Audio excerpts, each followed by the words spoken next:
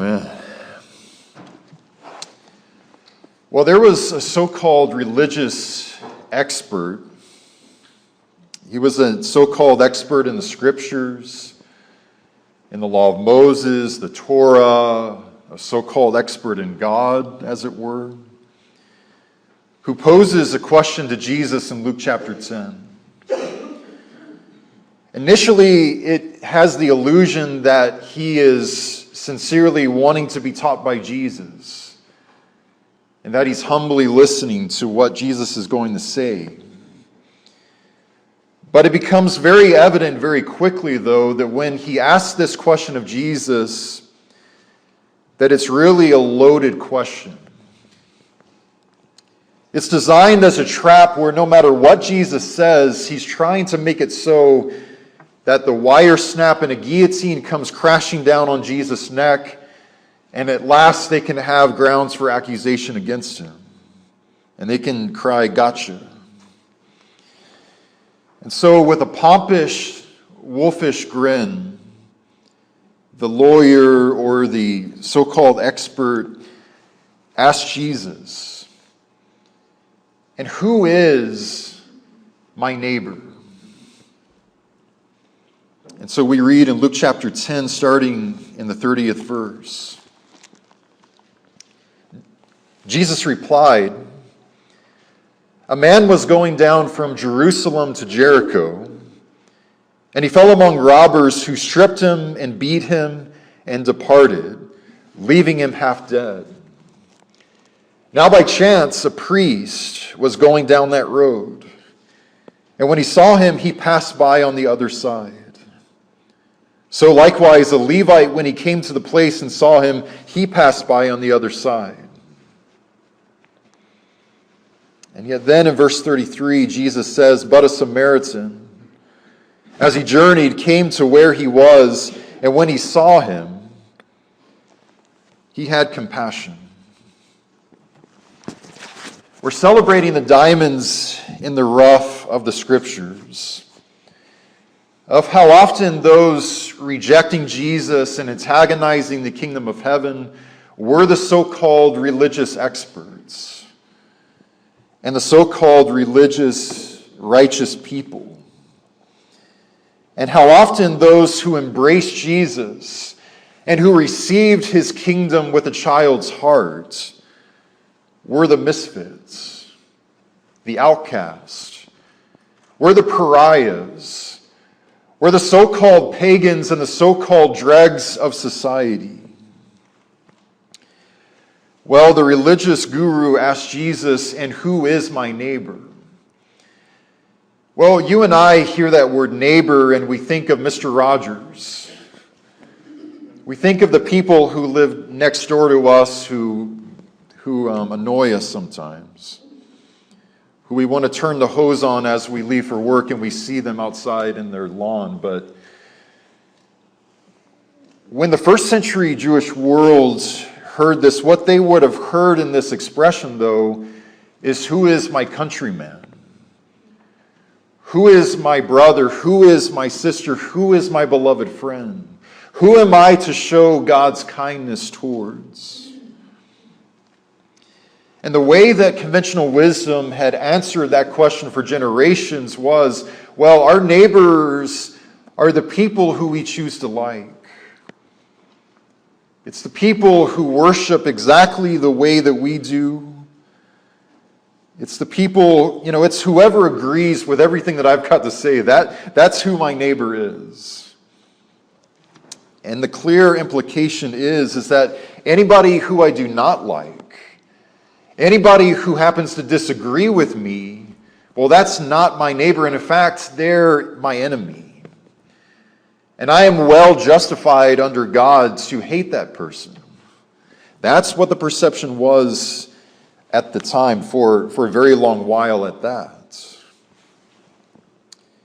And yet this is one of those mindsets, those prime mindsets that Jesus transcended. As he comes into this world and he shows us that there is such a better way to be human. And this is where the parable of the Good Samaritan as we know it as, this is where it comes from. Well, other than the parable of the prodigal son, this is the best known parable that Jesus ever told. Even in this postmodern world, we have hospitals named Good Samaritan Hospital. On the 5 o'clock news, all the time, we hear about what Good Samaritans who are doing beautiful acts of kindness towards others. And yet, as I have been finding in my own individual Christian life, it's the passages that I have a familiarity with the most that I find myself understanding and misunderstanding the most, and completely missing what Jesus is saying. If our only takeaways from this particular parable is helping somebody push a broken down car into a Texaco, or doing our annual good deed for the year, we are completely missing what Jesus is inviting us to become as human beings. Because anybody who reads verse 33 with Jewish eyes and with the Jewish understanding reads this and we think, this is inflammatory. This is provocative imagery that Jesus is using. Because as soon as Jesus says, but a Samaritan, this lawyer and anybody else who was standing there as Jesus had been teaching, they begin to tighten up all over. Faces constrict into glares. Hands ball up into fists. Blood begins boiling. Where once again, as Jesus lapses into a parable, he's not telling some cute bedtime story to pass the time. But rather what he's doing is he's slapping the gloves on, he's got the mask on, and he's performing open soul surgery. Because Jesus is inserting into his story a person who they absolutely detested. It's no secret whatsoever in the Gospels that Jewish people spat on the ground that Samaritans walked upon.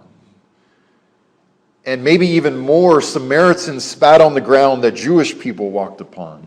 As we read elsewhere in the Gospels, the two had no dealings with each other whatsoever. Well, in Jerusalem, Samaritans were hated for all kinds of reasons. Samaritans were not full-blooded Jewish people. There was a lot of intermarriage going on between the Samaritans and us Gentiles, and so they were looked down upon as being, just how they were looked down upon was being mutts. You're not like us, you're something else. You're not, you're subhuman is how they looked at them. Adding insult to injury, though, the Samaritans built a rival temple on one of their mountains in Samaria. And they said, that building over in Jerusalem, that is not the temple of God anymore. This is God's true dwelling place over here. It got a little bit worse even after that, where a little bit later on, a group of Samaritans had defiled the temple in Jerusalem, bringing dead man's bones inside and defiling it. And so as Jesus says, but a Samaritan, at first they're probably not even hearing what Jesus is saying after that, because all that's running through their minds is, okay, that guy is not our neighbor. In fact, he's not even a human being, he is an animal. He's not one of us, but rather he's one of them. And yet I love the way that Jesus responds to emotionally charged, loaded questions. He doesn't respond with aggression. He doesn't respond yes or no, but rather the way that Jesus responds is once upon a time, where he paints the picture of this man who is traveling on a very dangerous road that everybody who heard this had traveled many times before. It's about 20 miles in length. It's got a lot of dips to it. It's got these deep canyons, which were the perfect place for robbers to jump someone, beat them to a pulp, and then hide out. And sure enough, in Jesus' story, somebody else has just been mugged. They've been beaten to a pulp, and they've been left to dead on the side of this road. And yet, as luck would have it, though, even though he's been in a very unfortunate circumstance, at the same time, this man is very fortunate because at the very moment that he needs somebody, here comes, of all people, a priest. We would think this man is in luck because a priest, after all, is an extremely important religious individual. He's just spent multiple days, maybe even weeks, leading services in the temple. If anybody would have seen this guy and rushed to his aid, it would have been this priest. And yet the twist to the story is that the priest sees this man in need and he just whistles a sprightly tune, looks the other way, pretends that he never saw him, and he leaves him to die alone in the gutter. I don't know, maybe he's afraid that he might be attacked next. And what rushes through his mind is, I better get home as soon as possible. And yet more possibly, though, most likely what is going through his mind, though, is that I just spent 2 weeks away from my home in the temple, leading and ministering services. I'm halfway home as it is. I've been walking for a very long time. I am absolutely exhausted. If I stoop down and I get this man's blood all over my hands, I'm going to be considered ceremonially unclean. Which would mean that I would have to turn around with this guy, go all the way back into Jerusalem, spend a week becoming clean. And so with a sigh of disgust, he's just like, forget it. I got to get home. This guy is too much of an inconvenience for me right now. And so he steps over him and just keeps walking. Well, even though the priest has denied this man assistance, I mean, again, he's in luck because a Levite happens to walk by. This is the assistant to the priest who just passed by. He's also a very highly respected religious person. If anybody would show the kindness of God, it would be him. And yet, as Jesus says, he too walks by on the other side of the road, leaving the man to die alone. And yet I imagine before Jesus says anything else, I can almost imagine this lawyer cutting Jesus off. Saying, okay, Jesus, okay, just give me a minute, Rabbi. Okay.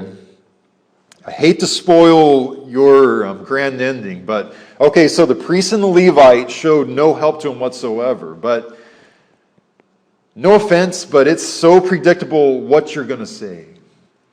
Because clearly the very next person is going to be an even more highly respected religious person. Is it going to be the Pharisee? Is it going to be the high priest Caiaphas himself? Clearly, he's going to give him help. What's your point, Jesus? This is equally as shocking and direct as Jesus saying earlier that the tax collectors and prostitutes are getting into the kingdom of heaven ahead of the Pharisees. This is that all over again. Where unbeknownst to this lawyer and even to his own apostles, Jesus says, but a Samaritan.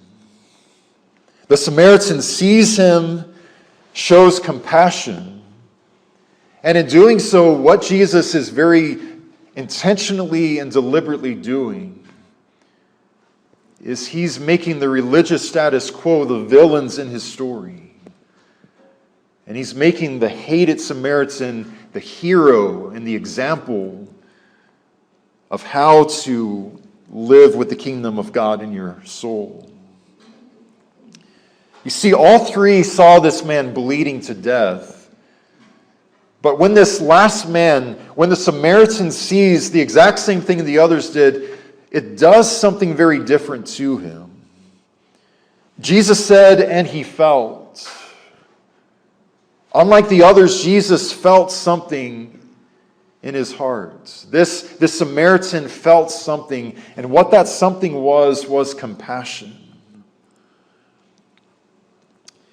9 years ago, when depression had beaten me and left me to bleed out in a ditch alone, I was amazed at the volume of religious people who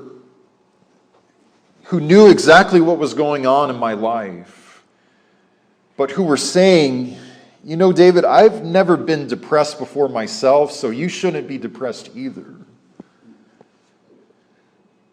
Who I overheard saying, you know, he just doesn't believe in God the way that I do. A fellow minister who went on a podcast and spoke hypothetically about my exact situation and said that he just doesn't believe in God at all. He's not even a Christian anymore. People saying, you know, you just need to man up. You need to get tough. You need to do some push-ups.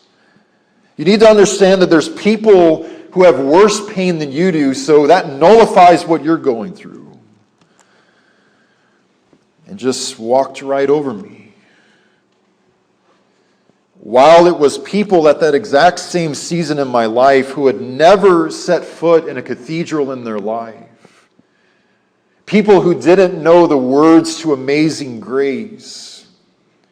People who used four-letter words when they were at work. People who didn't even know what was going on in my life, but who looked at me and said, hey, is everything okay in your life? Is something wrong? Who put their shoulder on, or who put their hand on my shoulder and said,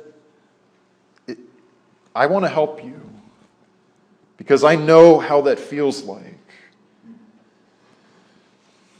It was a recovering cocaine addict living in the streets, a guy who reeked of tobacco and had tattoos on his face, who gave me a 2-minute hug as he prayed and we wept on each other's shoulders. And he said, I know how that feels. All I can tell you is it's not going to be easy. It's not going to be over overnight, but if you just keep getting back up and following Jesus anyway, then you and I are going to get through this together.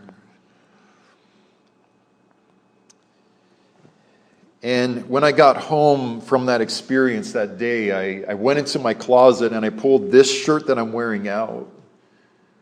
It was a brand new shirt back then. And I ripped a button out right here. And that was when I started wearing mismatched socks. I've got socks that has a cow getting zapped up by a UFO, for crying out loud. On the other one, I've got a gnome saying, "What's up, Nomi?" It's stupid, right? But I started doing this stuff as a result of that, so that I wouldn't get too comfortable or too civilized in the stained glass windows. I saw something in the streets outside of the stained glass windows, in the smoking section of society, that made me want to bring that into the stained glass windows. Because there was very little of that kind of response within it. Well, I tell that story, but the reality is, though, that I've been the guy in the gutter, but far more times than not, I've been the guy stepping over the guy in the gutter. Or dare I even say, stepping on the guy in the gutter, as I went my own selfish way. You see, I love this Samaritan that Jesus speaks about because rather than running away from this man, the Samaritan runs to him. And he bandages his cuts. He stops the bleeding. Maybe even he takes the clothes off of his own body and he puts it on this poor man, lays him on his donkey, brings him into town, puts him inside an inn, stays with him as long as he possibly can. This is not the story of a guy doing his good deed for the year on Facebook. But rather, this guy is putting his whole entire life on hold. Where as soon as he sees him, his life is no longer about himself, but it becomes all about how can I show the kindness of God to this poor man. He sees him, and with creative imagination, he ponders to himself, if that were me lying in the gutter right now, then how would I want to be attended to? He's so mesmerized by the thought of it that he doesn't even see his embittered enemy as the Samaritan sees this person. He doesn't even care that as a Samaritan bringing a half-dead Jew into Jerusalem, that he's going to be blamed for that. There are all kinds of people who are going to be saying, what did you do to that guy? And he doesn't care that by doing so, he will be risking his life by walking into enemy territory in that way.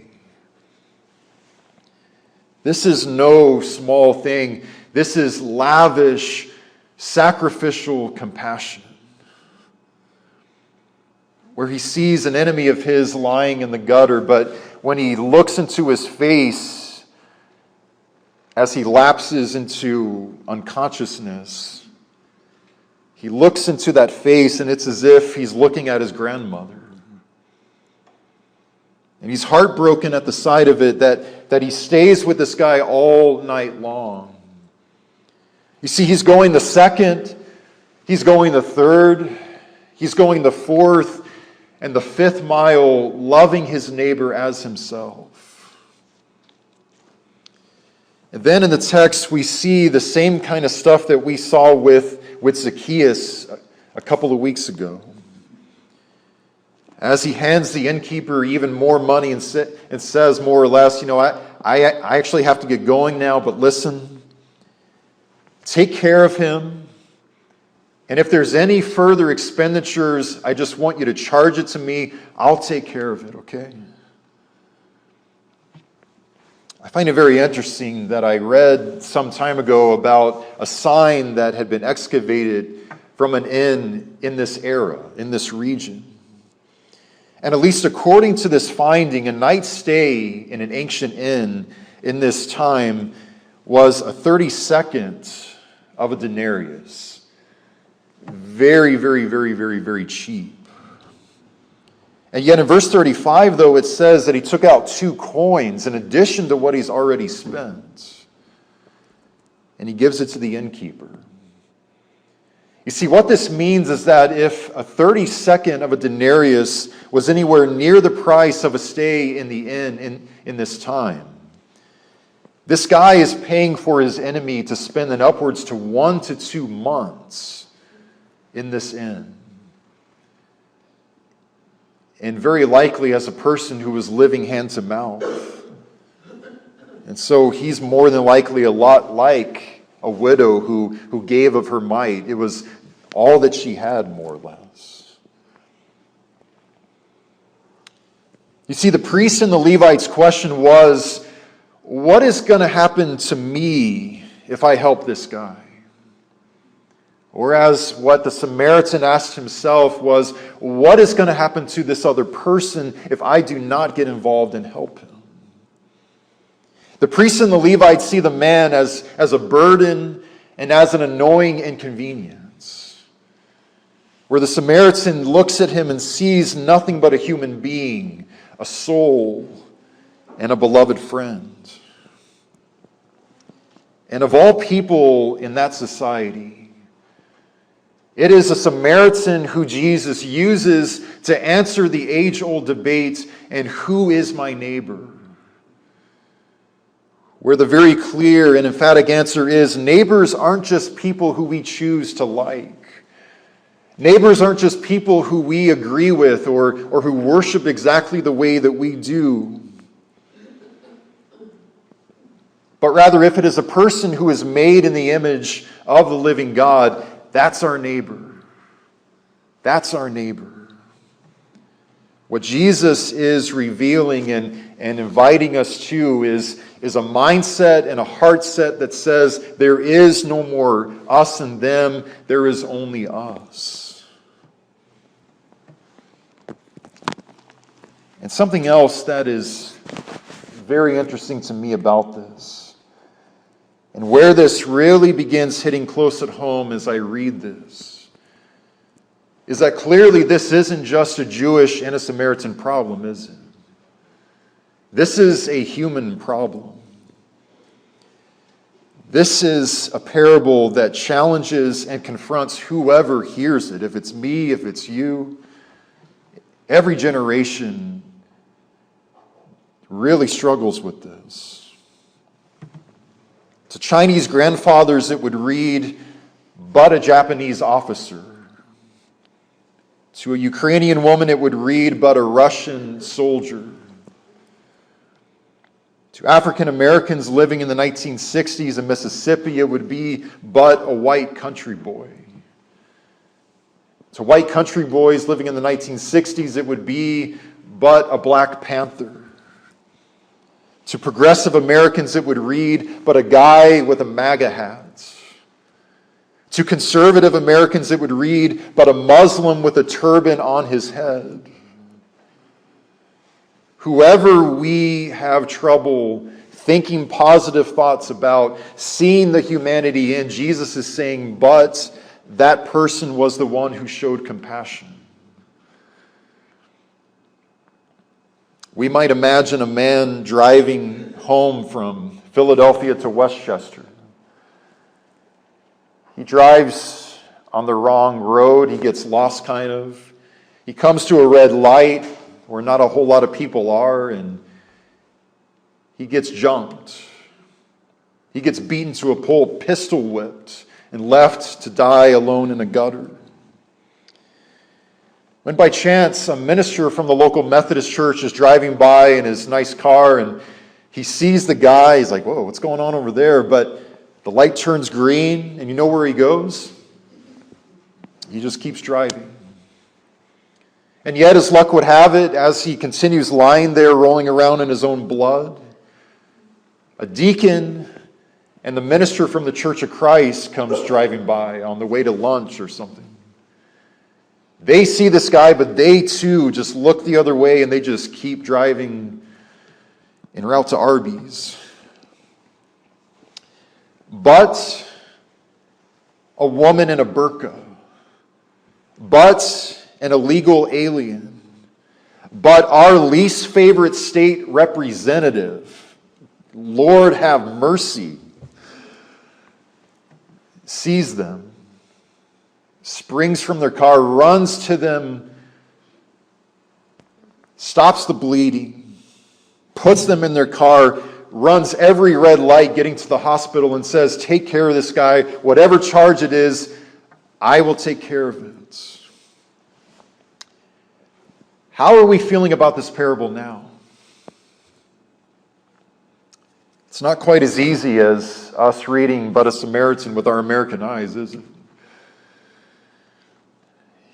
You see, yet again, what we see is whether it is love or it's repentance, God's kindness being shown to a neighbor is something that is expressed in action.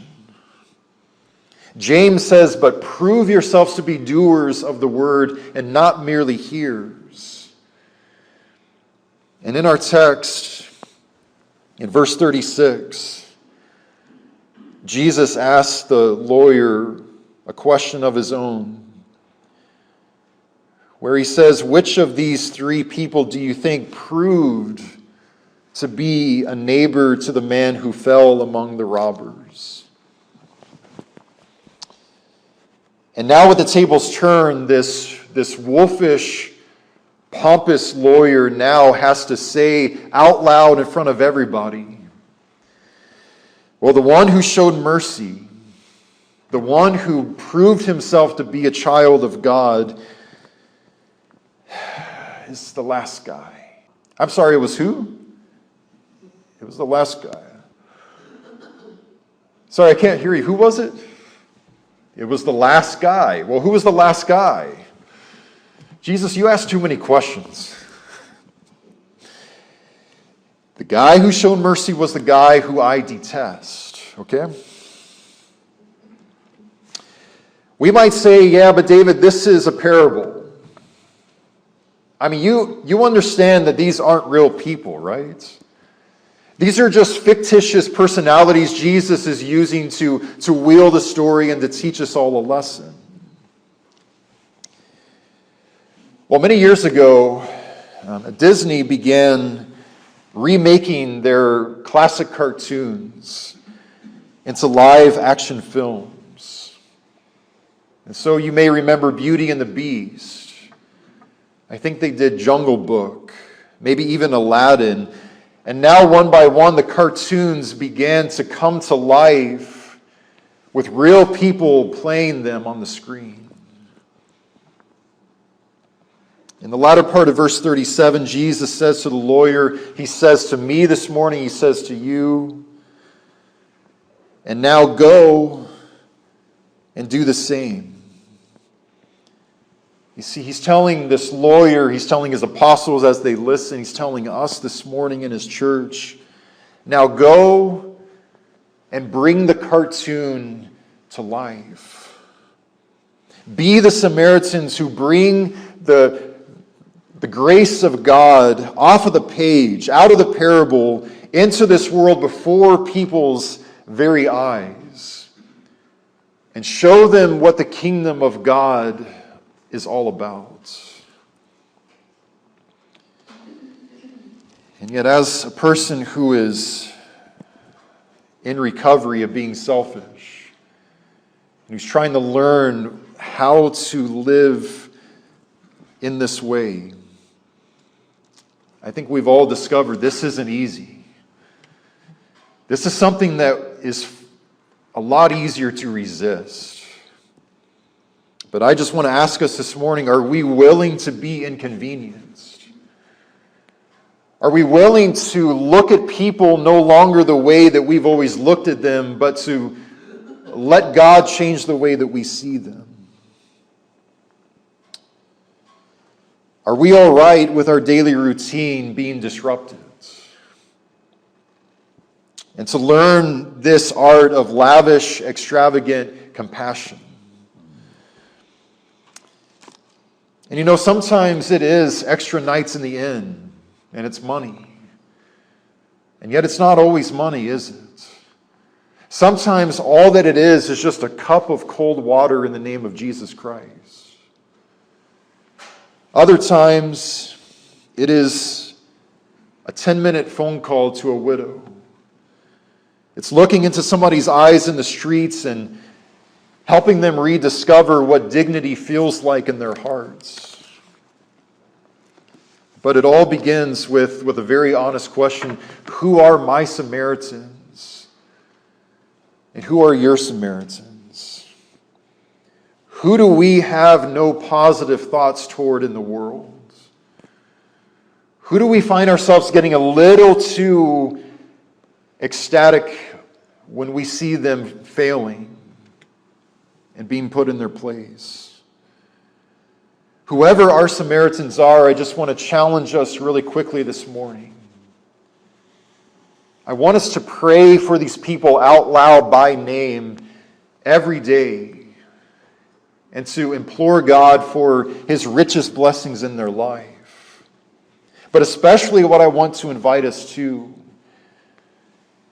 is to pray and to meditate for opportunities where God, please bring opportunities, please bring people who I don't understand into my life so that I can show them your kindness and your lavish grace.